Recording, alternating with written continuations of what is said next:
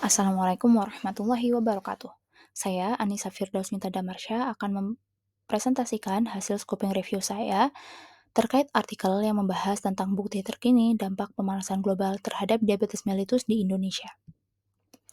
Indonesia menduduki peringkat 5 di dunia untuk negara dengan penderita diabetes usia dewasa. Angka ini diperkirakan akan terus meningkat, sehingga pada tahun 2050 orang dewasa yang menderita diabetes di Indonesia akan mencapai lebih dari 28 juta jiwa. Di sisi lain, bumi semakin memanas akibat adanya pemanasan global. Suhu rata-rata bumi pada tahun 2024 telah mengalami kenaikan sebesar lebih dari 1,5 derajat Celcius dibandingkan dengan masa pra-industrial.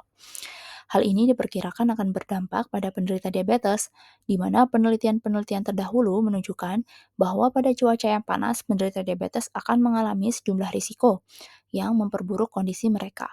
Di antaranya karena kerusakan fisiologis, penderita diabetes tidak dapat berkeringat secara normal, sehingga rawan mengalami heat stroke. Cuaca yang panas juga dapat menyebabkan stres yang berisiko mendorong fluktuasi pada gula darah. Oleh karena itu, penelitian ini bertujuan untuk mengeksplorasi bukti yang ada saat ini yang menggambarkan hubungan antara pemanasan global dan diabetes mellitus di Indonesia. Dari tujuan tersebut muncul pertanyaan penelitian, yaitu bagaimana dampak pemanasan global terhadap penderita diabetes mellitus di Indonesia. Berikut adalah elemen PCC yang digunakan.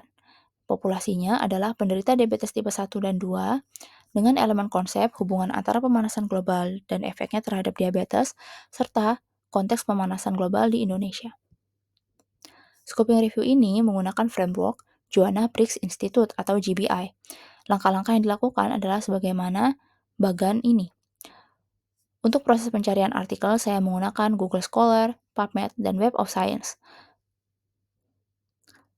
Untuk menyeleksi artikel, saya menggunakan Ryan. Sedangkan untuk ekstraksi data dan charting data, saya menggunakan Microsoft Word. Kriteria inklusi dalam scoping review ini adalah yang pertama, original research, kemudian penelitian yang memberikan bukti hubungan antara pemanasan global dan diabetes mellitus, dan dipublikasikan dalam bahasa Inggris maupun Indonesia. Kata kunci yang digunakan adalah global warming atau pemanasan global, diabetes, dan Indonesia. Di slide ini saya juga menampilkan strategi pencarian yang saya gunakan. Dari strategi pencarian yang dilakukan, didapatkan 200 artikel dari Google Scholar, 37 artikel dari PubMed, dan 163 artikel dari Web of Science. Sebanyak 32 artikel dibuang karena memiliki duplikat. Proses screening judul dan abstrak dilakukan pada 368 artikel yang menghasilkan 3 artikel yang kemudian dicek berdasarkan kriteria inklusi, di mana terdapat 2 artikel yang memenuhi kriteria tersebut dan akan dibahas pada review kali ini. Dari hasil scoping review yang dilakukan, terdapat hasil sebagai berikut, yaitu 1 artikel peer review dan 1 artikel preprint, dengan tahun publikasi antara 2022 hingga 2023.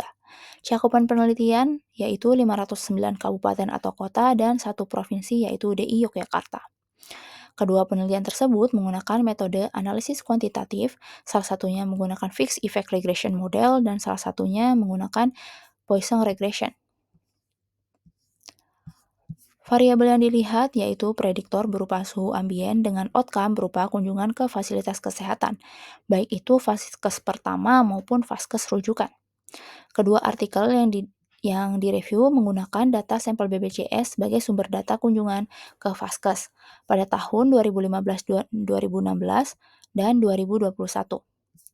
Sementara itu, data untuk aspek-aspek lingkungan menggunakan sumber-sumber lain, seperti Southeast Asian Climate Assessment dan Dataset untuk suhu, NASA Earth Data untuk curah hujan dan kelembapan, Global Modeling and Assimilation Office untuk polusi udara, World Climate Database untuk prediksi perubahan iklim, dan BMKG untuk suhu.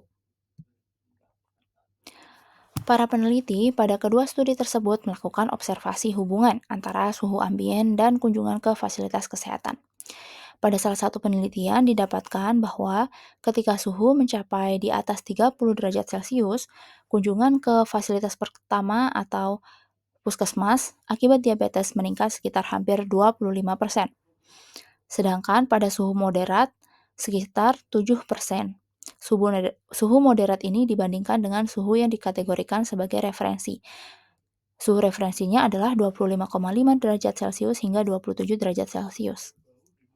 Sementara pada penelitian lain di DI Yogyakarta, setelah melakukan observasi kunjungan harian, mingguan, dan bulanan, didapatkan bahwa korelasi tertinggi antara suhu ambien dan kunjungan ke vaskes akibat diabetes yaitu pada observasi mingguan dengan lag 2 pekan. Peneliti juga melakukan estimasi dengan hasil estimasi sebagai berikut, yaitu yaitu kenaikan 1 derajat Celcius suhu ambien di DIY akan meningkatkan kunjungan sebesar 15% pada vaskes pertama dan 14% pada vaskes rujukan. Sementara penelitian lain melakukan prediksi berdasarkan berbagai skenario emisi dan kenaikan suhu dibandingkan masa pra-industrial. Nah, ketika emisi karbon dioksida meningkat dan suhu bumi mengalami kenaikan sebesar 4,4 derajat Celcius dibanding masa pra-industrial, didapatkan hasil kunjungan tahunan ke puskesmas akan mengalami kenaikan sebesar 180 ribuan kunjungan dan biaya tambahan yang dibutuhkan sebesar lebih dari 22 miliar.